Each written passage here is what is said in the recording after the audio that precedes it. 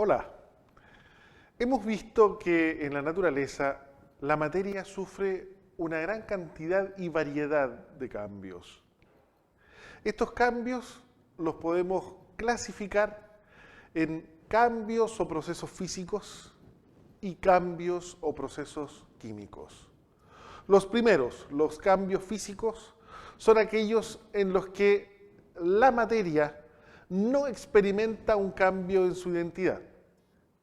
Los procesos físicos son aquellos procesos en que las sustancias siguen siendo las mismas, solamente cambia, varía la forma en que se presentan ante tus ojos.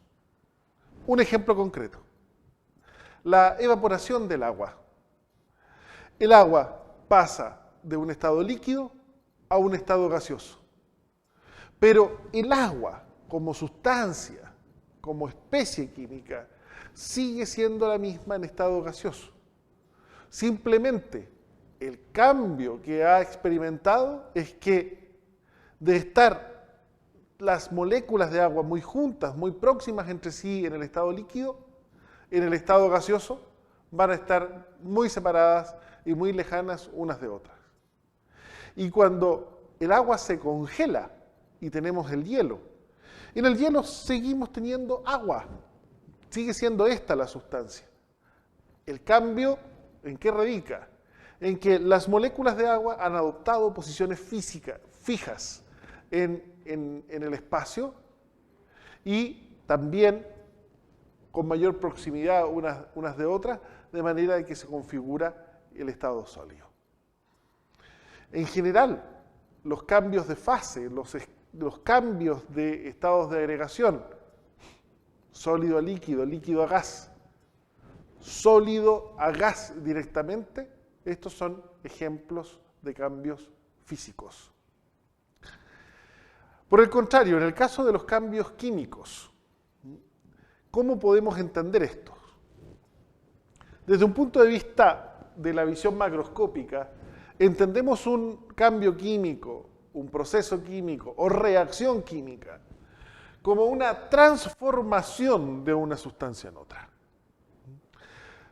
Con una parto y comienzo con ciertas sustancias y al final del proceso obtengo otras muy distintas, con propiedades muy diferentes. Eso es desde el punto de vista macroscópico. ¿Y qué ejemplos podemos dar? La oxidación de un clavo.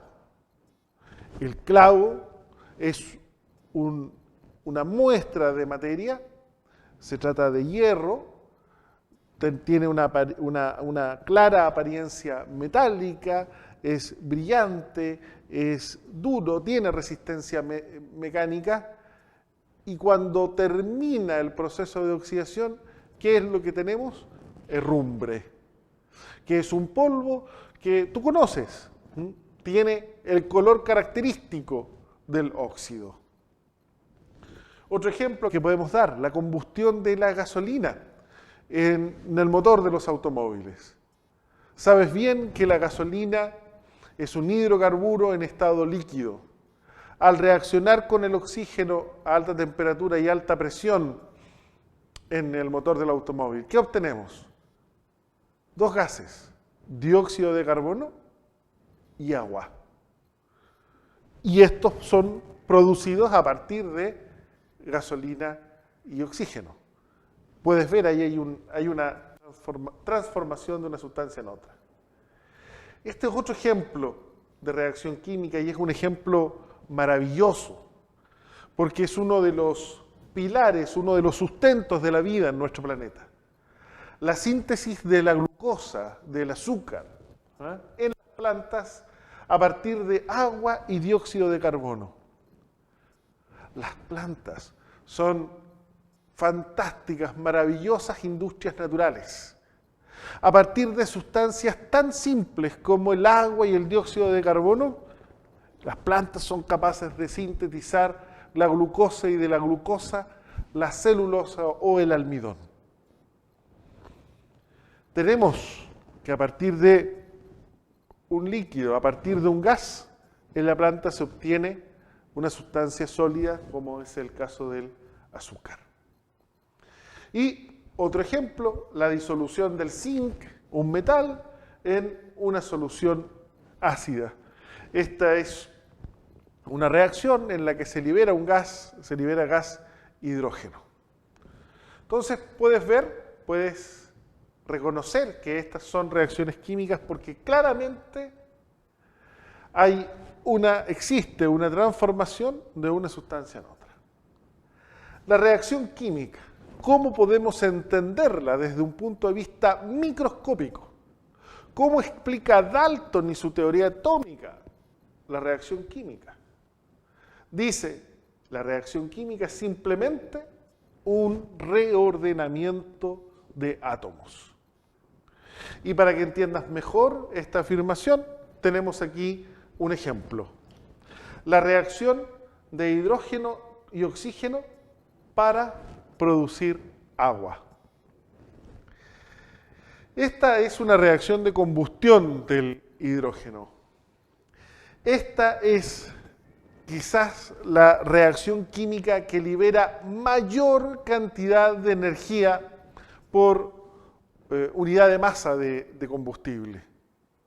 De hecho, es la reacción química que le permitió en muchas oportunidades al transbordador espacial vencer la fuerza de gravedad. Lo que te estoy diciendo, el hidrógeno era el combustible que se usaba en la lanzadera espacial. Bueno, y en esta reacción se combinan dos moléculas de hidrógeno con una molécula de oxígeno para producir dos moléculas de agua. Tienes aquí la ecuación química que representa esta reacción. Una ecuación química en la que los reactivos están escritos a tu izquierda y los productos están escritos a tu derecha. Y una flecha indica el sentido del cambio. Esta ecuación está siendo representada aquí con simples modelos. Tenemos las dos moléculas de hidrógeno que se combinan con la molécula de oxígeno para formar las dos moléculas de agua. ¿Qué es lo que puedes observar aquí? Que la cantidad de átomos de oxígeno en reactivos, 2 en total, es igual a la cantidad de átomos en los productos, 2 en total. Y la cantidad de hidrógeno en los reactivos, 4 en total, es igual a la cantidad de átomos de hidrógeno en los productos, 4 en total.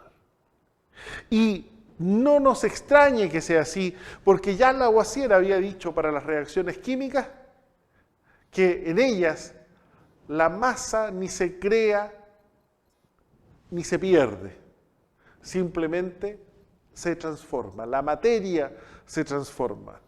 O sea, en una reacción química se cumple la ley de conservación de la materia. Y para que esto se cumpla, bueno, los átomos en reactivos y productos tienen que ser los mismos.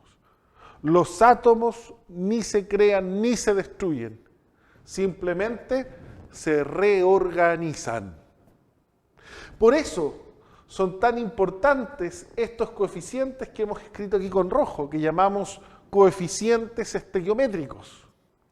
Porque estos coeficientes son los que nos permiten que la ecuación química cumpla con esta importante ley de la naturaleza, la conservación de la masa.